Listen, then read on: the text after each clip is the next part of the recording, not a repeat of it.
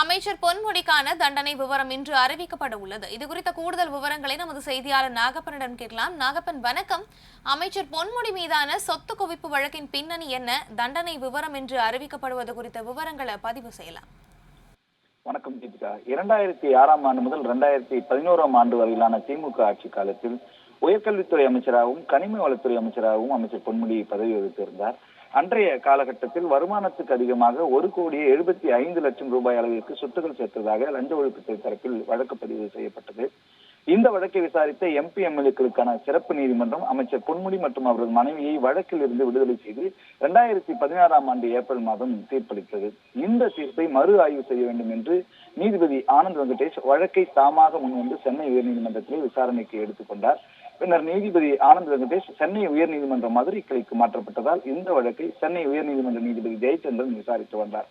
இந்த தீர்ப்பை எதிர்த்து லஞ்ச ஒழிப்பு தரப்பில் 2017ஆம் ஆண்டு தாக்கல் செய்யப்பட்ட மேல்முறையீட்டு வழக்கு தான் நீதிபதி ஜெயச்சந்திரன் முன்பு விசாரணை நடைபெற்றது. லஞ்ச ஒழிப்பு தரப்புல இந்த வழக்கில் வருமான வரி கணக்குகள், சொத்து விவரங்கள், வங்கி கணக்கு விவரங்கள் உட்பட 39 சாட்சிகளிடம் லஞ்ச ஒழிப்புத்துறை மேற்கொண்ட புலன் விசாரணையுடைய ஆதாரங்களை லஞ்ச ஒழிப்புத்துறை தரப்பு வழக்கறிஞர் பாபு முத்துமீரான் குறிப்பிட்டிருந்தார். பொன்முடி தரப்பில் ஆஜரான மூத்த வழக்கறிஞர் NR இளங்கோ அமைச்சர் பொன்முடியின் மனைவியின் வருமானத்தை பொன்முடியின் வருமானமாக லஞ்ச ஒழிப்புத்துறையினர் கணக்கிட்டு இருப்பதாக தெரிவித்தார். பொன்முடியுடைய மனைவிக்கு சொந்தமாக 110 ஏக்கர் விவசாய நிலம் இருப்பதாகவும் தனியாக வர்த்தகம் செய்ததாகவும் இவற்றை புலன் விசாரணை அதிகாரிகள் கணக்கில் கொள்ளவில்லை என்றும் வாதிட்டிருந்தார். குறிப்பிட்ட காலகட்டத்தில் பொன்முடி வருமானத்துக்கு அதிகமாக சொத்துக்கள் சேர்த்ததாக கூறப்படுகின்ற இந்த குற்றச்சாட்டுகளுக்கு எந்த ஆதாரமும் இல்லை என்றும் பொன்முடி தரப்பில் ஆஜரான மூத்த வழக்கறிஞர் NR இளங்கோ குறிப்பிட்டார். அந்த வாதங்கள் எல்லாம் நிறைவடைந்த பிறகு நவம்பர் 27ஆம் தேதி வழக்கில் எழுத்துப்பூர்வமான வாதங்கள் தாக்கல் செய்யப்பட்டு தீர்ப்பு தள்ளி வைக்கப்பட்டது. இந்த நிலையில் விசாரணை நிறைவடைந்த நிலையில் நீதிபதி ஜெயச்சந்திரன் நேற்று முன்தினம் தீர்ப்பு வழங்கினார். அப்போது அமைச்சர் பொன்முடி, அவரது மனைவி விசாலாட்சி ஆகியோர் வருமானத்திற்கு அதிகமாக 64.90% சொத்து குவித்தது நிரூபணமாகி இருப்பதாக நீதிபதி அதிரடியாக தெரிவித்தார். சொத்து குவிப்பு வழக்கில் அமைச்சர் பொன்முடி, அவரது மனைவி விசாலாட்சியை விடுதலை செய்து விசாரணை நீதிமன்றம் பிறப்பித்த உத்தரவையும் அவர் ரத்து செய்தார்.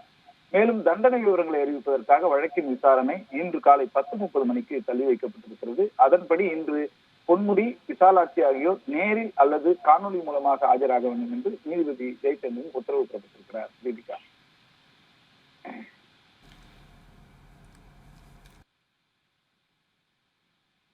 தொடர்ந்து பேசலாம். அமைச்சர் பொன்முடிக்கு சிறை தண்டனை ஏதும் விதிக்கப்படாமல் அபராதம் மட்டும் விதிக்கப்பட்டாலும் மக்கள் பிரதிநிதி தகுதி இழப்புக்கு உள்ளாவாரா? விவரங்கள்.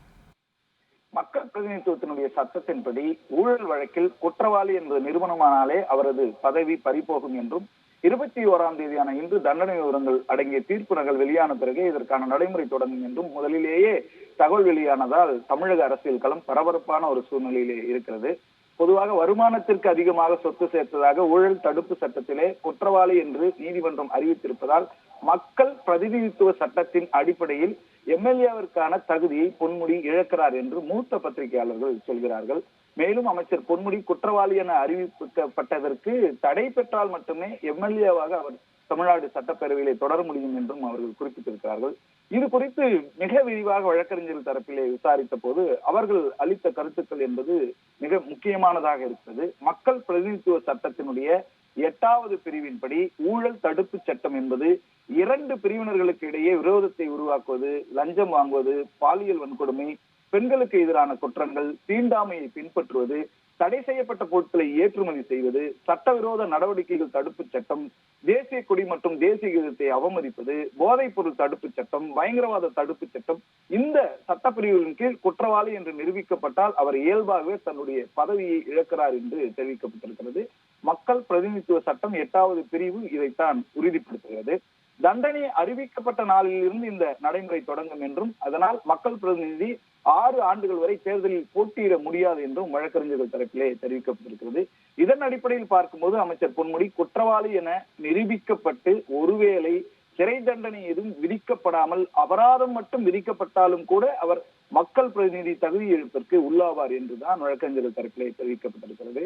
மூத்த வழக்கறிஞர் இளங்கோவன் இது தொடர்பாக கூறுகையில் அமைச்சர் பொன்முடி மீது ஊழல் தடுப்பு சட்டத்தின் கீழ் வழக்கு தொடரப்பட்டிருப்பதால் ₹1 அபராதம் விதிக்கப்பட்டாலும் கூட அவர் தகுதி இழப்பார் என்று தெரிவித்திருக்கிறார்.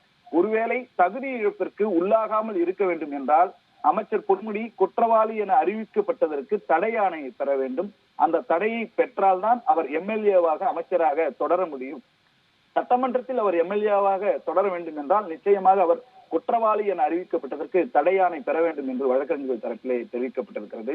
ஒருவேளை இதையெல்லாம் தாண்டி தண்டனை விதிக்கப்பட்டால், அதாவது 3 ஆண்டுகளுக்கு மேல் தண்டனை விதிக்கப்பட்டால் சிறை செல்வதற்கான வாய்ப்புகள் அதிகம் என்றும், எத்தனை ஆண்டுகள் தண்டனை விதிக்கப்பட்டாலும் அவர் ஜாமீன் கோரலாம் என்றும், 3 ஆண்டுகள் அல்லது அதற்கும் குறைவாக தண்டனை விதிக்கப்பட்டால் உயர்நீதிமன்றத்திலேயே ஜாமீன் கோரலாம் என்றும், ஜாமீன் வழங்க வேண்டுமா வேண்டாமா என்பது அந்த நீதிபதியினுடைய தனிப்பட்ட முடிவு என்றும் வழக்கறிஞர் தரப்பிலே தெரிவிக்கப்பட்டிருக்கிறது.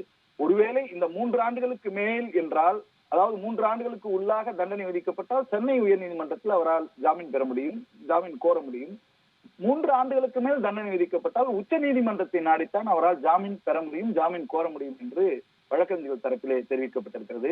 பொதுவாக 2 ஆண்டுகளுக்கு குறைவாக தண்டனை கொடுத்தால் அவர் தகுதி இழக்க மாட்டார்.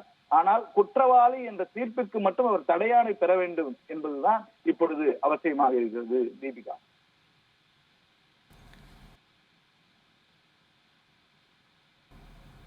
விவரங்களுக்கு நன்றி நாகப்பன்.